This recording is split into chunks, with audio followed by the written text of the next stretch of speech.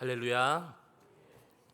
먼저 오늘 수요 예배에 나오신 우리 모든 성도님들께 하나님의 은혜와 사랑이 넘쳐나시길 우리 주님의 이름으로 간절히 축원합니다.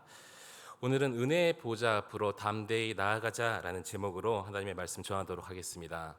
오늘 본문 4장 14절은 예수님께서 대제사장이심에 대해서 히브리서에서 세 번째로 언급되는 구절입니다. 첫 번째는 2장 17절로 18절 말씀이고요. 두 번째는 3장 1절에서 예수님께서 대제사장이심을 말씀하고 있습니다. 그리고 세 번째 오늘 본문에서 예수님의 대제사장직에 대해서 언급할 때 신실하심이라는 주제를 가지고 대제사장직을 가지신 예수님이 등장을 합니다. 우리 예수님께서는 성육신하셨고 이 땅에 오셔서 고난을 받으시고 십자가의 죽음을 통해서 하나님의 그 사랑하시는 백성들을 구원하시기 위해서 그 하나님의 계획에 철저히 순종으로 동참하셨음을 우리는 알고 있습니다. 이 사건은요, 사탄이나 이 출애굽 광야 세대의 이 하나님의 뜻에 이 반응했던 것과 정반대로 반대의 모습이었습니다. 이 광야의 백성들은 이 가나안 땅이라는 젖과 꿀이 흐르는 땅, 또 약속의 땅이자 안식의 땅, 이 땅으로 초대를 받았지만 안식의 땅, 약속의 땅에 들어가지 못하고 광야에서 시체가 되었다고 히브리서 3장 17절에 증언하고 있습니다. 3장 17절 말씀입니다. 또 하나님이 40년 동안 누구에게 노하셨느냐? 그들의 시체가 광야에 엎드러진 범죄한 자들에게가 아니냐. 아멘. 얼마나 끔찍한 일입니까? 하나님께서 모세를 통해서 사랑하시는 이스라엘 백성들을 출애굽시켰는데 그 이스라엘 백성들이 광야에서 시체가 되었다는데, 그렇다면 말세를 살아가고 있는 우리도 광야에서 시체가 되어버린 그들처럼 되어버린다는 말이겠습니까? 오늘 본문 말씀은 광야에서 시체가 되어버릴 수밖에 없는 우리에게 소망의 메시지를 안겨주고 있습니다. 오늘 히브리서 기자는 신실하신 대제사장이신 예수 그리스도만이 우리의 소망이시며 그 예수 그리스도를 붙잡고 의지할 때 그 시련조차도 거뜬히 이겨낼 수 있음을 우리에게 권면하고 있습니다. 우리가 어떤 시련도 이겨낼 수 있는 이유, 예수 그리스도시죠. 그런데 도대체 그 예수 그리스도가 어떤 분이시기에 우리가 그 예수 그리스도를 붙잡고 의지했을 때 그 시련들도 이겨낼 수 있을까요? 히브리서는 오늘 예수 그리스도를 두 가지로 우리에게 말씀하고 계십니다.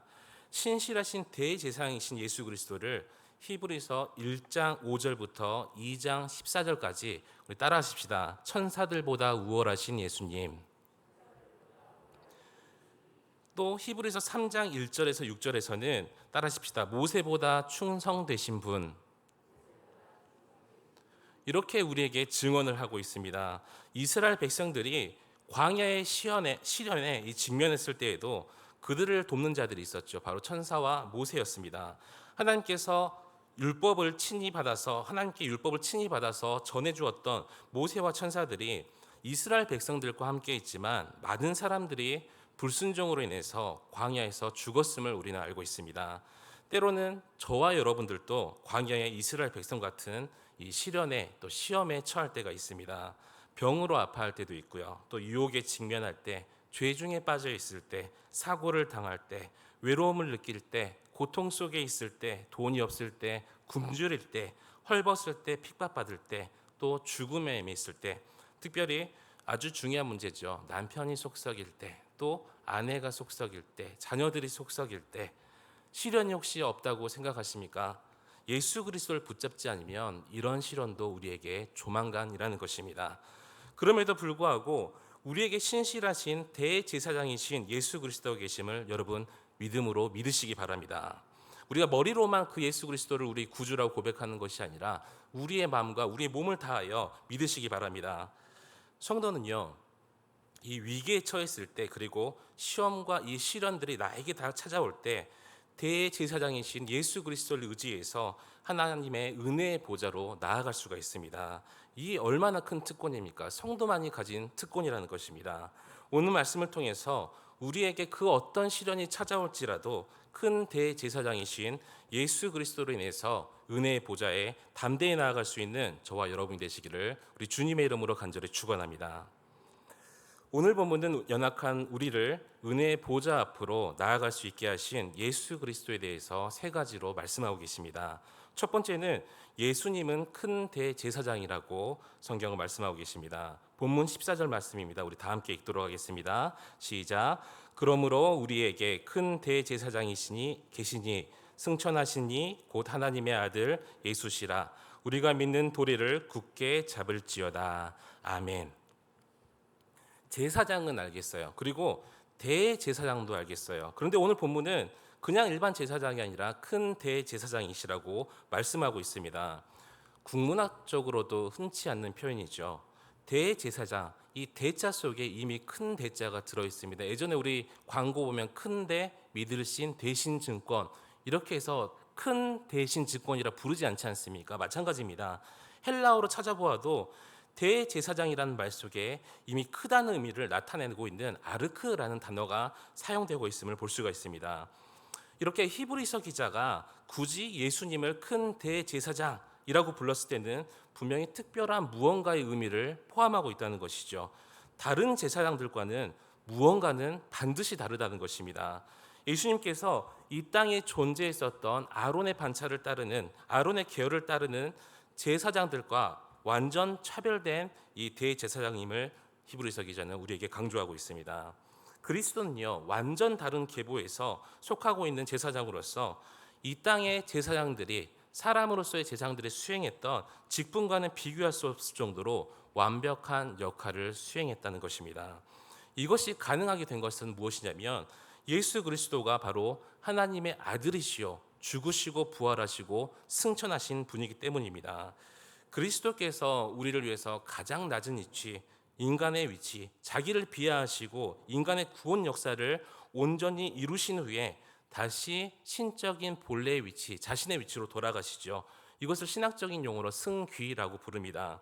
그 내용을 보면 예수님께서 죽으시고 부활하셔서 죄와 사망의 권세에 대해 승리하셨고 그것 때문에 구원의 보증성을 보증하고 확실성을 보증하고 예수 그리스도께서 하나님의 아들이심을 확증하는 사건이라는 것입니다. 히브리서 1장 3절 그리고 13절과 2장 9절부터 10절에서는 이미 승귀에 대해서 언급하고 있습니다. 여러분도 수요 이 설교를 들으셔서 알고 계시겠지만 오늘 본문 14절에서는 매우 분명하게 우리에게 다시 한번 말씀하고 있습니다. 다시 쉽게 말씀드리면 대제사장이신 예수 그리스도가 이 땅 성소에서 제사장의 임무를 감당하시는 것이 아니라 이 땅의 성소의 원형인 하늘 성소에서 우리의 죄를 깨끗하게 하시는 역할을 담당하셨다는 것입니다. 여러분, 제사장이라는 직분은요, 하나님과 하나님의 백성 사이를 잇고 있는 다리 같은 역할입니다. 그렇지만 아론 계열의 대제사장들은요, 사람이면서 죄인이었기 때문에 그 역할을 맡기에 부족했었습니다. 이 신학적 용어로 제한된 나아감이라고 부르기도 하는데, 반면에 예수님께서는요, 하늘로 올라가셔서 하나님과 함께 계시는 하나님의 아들이시고 또 우리와 같은 사람으로 오셔서 우리와 같은 시험을 똑같이 받으셨음에도 불구하고 죄가 없으시기 때문에 대제사장으로서의 완벽한 조건을 가지셨다는 걸 여러분 믿으시기 바랍니다. 그렇기 때문에 우리는 예수님께서 아론의 반차 계열의 대제사장들보다 더 위대하고 완전하신 대제사장이시며 하나님과 우리 사이를 완전히 중재하시는 그 역할을 맡고 계시고 우리가 아무리 죄 중에 있을지라도 아무리 큰 어려움과 시련이 나에게 다가올지라도 완벽하신 큰 대제사장 우리 예수 그리스도를 의지하며 은혜의 보좌에 담대히 나아갈 수 있는 저와 여러분이 되시기를 우리 주님의 이름으로 간절히 축원합니다. 두 번째로 예수님은 우리의 죄를 동정하시는 분이십니다. 본문 15절 말씀 우리 함께 읽도록 하겠습니다. 시작. 우리에게 있는 대제사장은 우리의 연약함을 동정하지 못하실 이가 아니요 모든 일에 우리와 똑같이 시험을 받으신 이로되 죄는 없으시니라. 아멘. 14절 말씀 보니까 15절 말씀 보니까 우리에게 큰 대제사장이신 예수 그리스도를 우리의 신앙으로 고백하고 또 그것을 굳게 붙잡아라고 우리에게 권면하고 있습니다. 그 이유는 바로 예수님께서 우리의 연약함을 동정하신대요. 이 동정한다는 말은 이 심리적으로 공감한다 여기에서 그치는 것이 아니라 경험을 통해서 나는 그 사람을 도울 수 있다. 이것이 바로 동정의 의미인데, 이 동정하다는 단어가 히브리서 10장 34절에 한 번 더 언급되어 있습니다. 제가 한번 읽어보도록 하겠습니다. 너희가 갇힌 자를 동정하고 너희 소유를 빼앗기는 것도 기쁘게 당하는 것은 더 낫고 영구한 소유가 있는 줄 알미라. 아멘.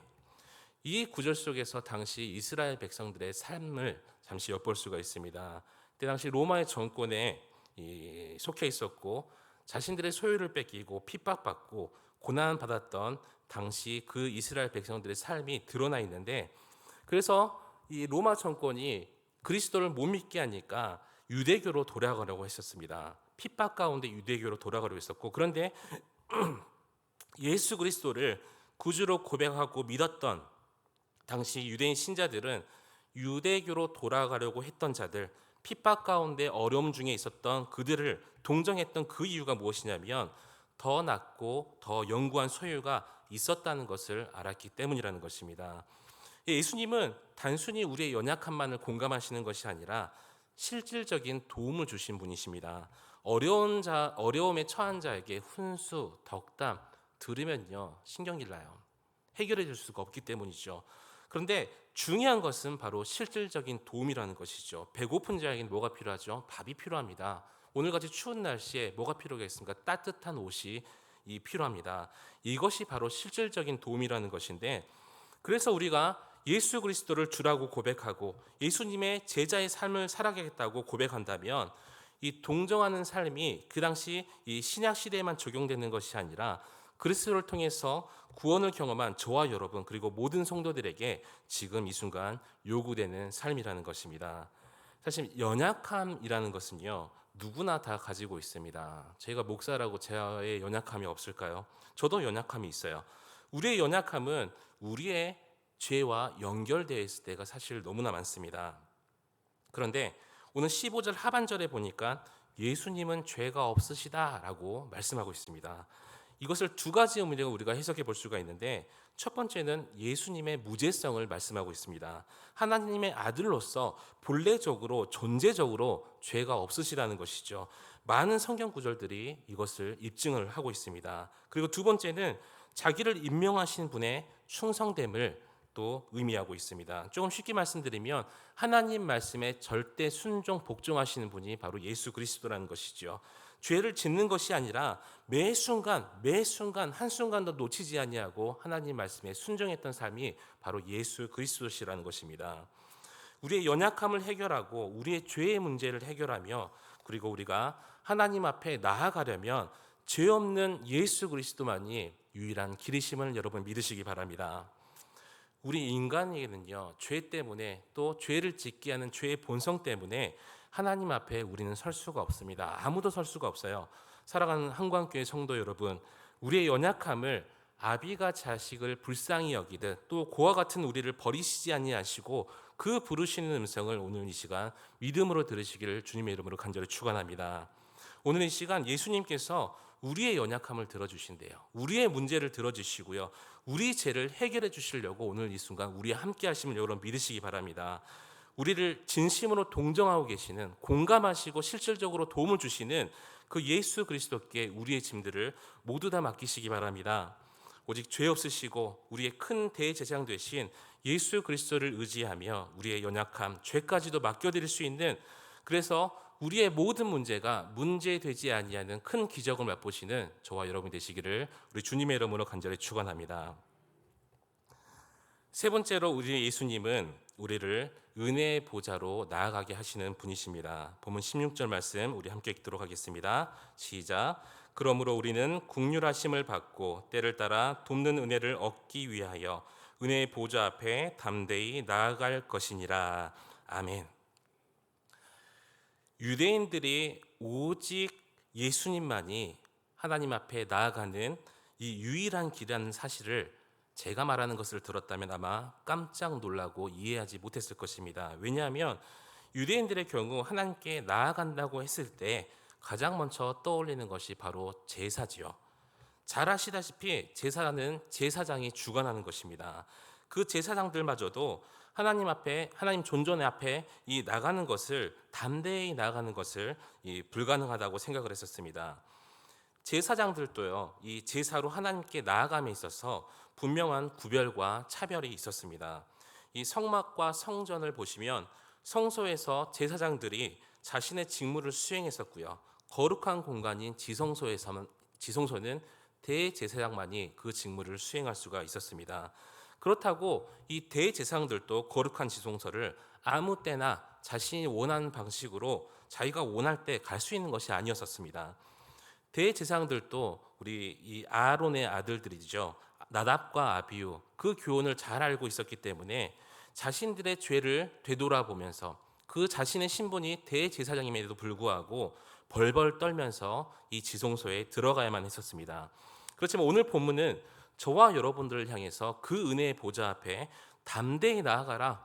너 주저하지 말고 벌벌 떨지 말고 너 죄 중에 있을지라도 자신 있게 나아가라고 우리에게 말씀하고 계신다는 것입니다. 이 성경의 제사장들처럼 두렵고 떨리고 혹시 하나님 앞에 나아가는 게 무서우십니까? 죄 때문에 내가 하나님께 기도하는 게 무서우십니까? 아니라는 것이죠. 은혜의 보좌 앞에 담대히 나아갈 수 있는 여러분 되시기를 주님의 이름으로 간절히 축원합니다. 그런데요, 이것을 가능케 하는 두 가지 요소가 있습니다. 그것은 바로 국률하심과 은혜라는 것이죠. 따라하십시다. 국률하심과 은혜. 이 국률이라는 것은요, 과거와 연관이 있습니다. 또 은혜라는 것은 현재와 미래와 이 관련이 있는데, 국률하심이라는 것은 나의 과거에 대한 잘못, 이 잘못에 대해서 하나님께서 용서하신다는 것을 의미하고 있습니다. 또한 은혜는 하나님께서 그리스도 안에서 자신에게 나오는 모든 자들에게 기꺼이 돕고자 하는 그 은혜를 베푸심을 또 의미하고 있다는 것입니다. 그렇기 때문에 성도는 예수 그리스도를 힘입어서 하나님의 시기적절한 은혜를 구하며 하나님 앞에 나아갈 수 있게 되었다는 것입니다. 이것이 바로 오늘 본문 16절에서 말씀하고 있는 때를 따라 돕는 은혜를 얻는다는 것이죠. 그런데 은혜의 보좌 하나님께 나아가자라는 권면은 기도와 예배를 배경으로 하고 있습니다. 아까 우리 권사님도 말씀하실 때 기도와 예배의 자리로 나아가게 해 주시옵소서 이렇게 기도하셨는데 성도는요 시련과 어려움 앞에서도 국률하심과 때를 따라 돕는 은혜를 얻기 위해서 항상 기도와 예배의 자리로 나아가야 그것을 얻을 수가 있습니다. 우리의 기도 생활을 한번 돌아보시기 바랍니다. 우리의 또 예배 생활을 한번 돌아보시기 바랍니다. 우리가 기도 생활과 이 예배 생활을 통해서 은혜의 보좌에 엄청난 약속을 누리면서 살아가고 있는지 한번 되돌아보시기를 바랍니다. 나의 과거와 현재 또 미래까지 해결해 주시는 예수 그리스도를 붙잡고 우리가 옛 언약의 성도들처럼 신앙생활하는 것이 아니라 새 언약의 성도로서 약속된 은혜의 삶을 누릴 수 있는 저와 여러분이 되시기를 우리 주님의 이름으로 간절히 축원합니다. 말씀 맺도록 하겠습니다. 저는 사랑하는 아내가 고민을 이야기하거나 또 억울한 이런 일을 당했을 때 편을 들어주는 게 맞죠. 근데 편 들어주기보다는 저도 왜 그런지 모르겠어요. 그 상황을 이해시키려고 이야기를 하고요. 편 들어주는 것보다는 객관적으로 상황을 판단해주는 이런 말을 자주 합니다. 결과는 어땠을까요? 말 안 해도 뻔히 아시겠죠. 남성분들이 대부분 보통 그런 것 같습니다. 저만 그런 건 아닌 것 같아요. 반응은 굉장히 실망하고 그런 이야기를 잘 꺼내지 않더라고요. 제가 성도들을 대할 때는 공감하고 그 편 들어주기도 하는데 아내와 이야기하면 제가 왜 그러는지 잘 모르겠지만 그렇게 되지 않는 저의 모습을 봅니다. 그런데 어떤 상황에서도 여러분의 편을 들어주는 사람이 있다면 여러분 마음은 어떻겠습니까? 내가 어떤 잘못을 해서도 여러분의 이 말을 들어주는 거예요. 편 들어주고 만약에 그분은 그런 사람이 있다면 정말 자신 있게 삶을 살아나갈 수가 있을 것입니다. 사실 이 누군가와 공감한다는 것은 쉽지 않습니다. 특별히 그리스도인들이 무언가 잘못했을 때 그 상대방의 연약함을 공감한다는 것은 사실 어려운 일이에요. 그 이유가 무엇이냐면 공감하기 위해서는 자신이 그 사람과 동일시 되어야 된다는 것입니다. 그런데 우리는 잘난 사람과만 이 동일시 되려고 하고요. 약한 자들과 좀처럼 동일시 하지 않으려고 하죠. 오히려 누군가가 연약한 사람과 나를 비교하면 화가 나고 상대방에게 또 화를 낼 수도 있는 상황이 됩니다. 어떤 아이가 바닥에 포도주스를 쏟았습니다. 그리고 쏟아서 어쩔 줄 몰라 합니다. 옆을 지나가던 아이가 자신의 엄마에게 이렇게 묻습니다. 엄마, 저 포도주스를 쏟은 아이의 마음은 어떨까요? 엄마가 말을 합니다. 칠칠치 못하게 주스나 쏟고 너는 절대 그러지 마라 라고 이야기를 해요. 혹시라도 지금 그 엄마의 말이 이해가 되고 공감이 되신 분들은 공감과 동정이 없으신 분들입니다. 그리고 그 아이를 이 공감하는 사람, 동정하는 사람으로도 키우기 어렵습니다. 어떤 엄마가 다시 이렇게 이야기를 합니다. 너도 저번에 콜라를 바닥에 쏟은 적이 있지? 그때 기분과 비슷하지 않을까? 공감하는 모습을 보여주지요. 그러면 그 아이는 자연스럽게 공감의 능력을 키울 수 있게 됩니다. 예수님은요, 우리를 정죄하지 않으시고요, 우리의 연약함과 우리의 약함에 대해서 공감하는 분이십니다. 언제나 하나님 앞에서 우리를 편들어 주신 분이에요. 우리가 어떤 상황에 있든 내 편이 되어 주셔서 우리는 그 예수님을 중보자라고 부르지요. 중보자이신 예수 그리스도를 신뢰하고 그 앞에 나오는 모든 자들에게 은혜의 보좌에 도달할 수 있는 길이 열려 있다고 16절 말씀은 우리에게 결론 짓고 있습니다. 동시에 저와 여러분에게 주저하지 말고 담대히 하나님 면전으로 나아가라고 격려하고 있습니다. 여기서 나아간다는 것은 현재를 의미하죠. 또 현재만 의미하는 것이 아니라 지속성 또한 의미하고 있습니다. 한 번만 나아가는 것이 아니에요. 계속해서 나아가는 것입니다. 은혜의 보좌로 이 나아간다는 것은 그 보좌 멀어지는 것이 아니라 계속해서 가까워져야 되는 것이고요. 더 친밀해짐을 말씀하고 있습니다. 여러분, 하나님 앞에서 더 가까이 나아갈 수 있기를 축원합니다. 한 번, 한순간 일시적인 나아감이 아니라 날마다 인격적으로 하나님 앞에 나아가시기를 축원합니다. 그때 하나님의 모든 긍휼하심과 은혜를 우리가 누릴 수 있게 됩니다. 함께 기도하겠습니다. 이사야 30장 18절 말씀입니다. 시작.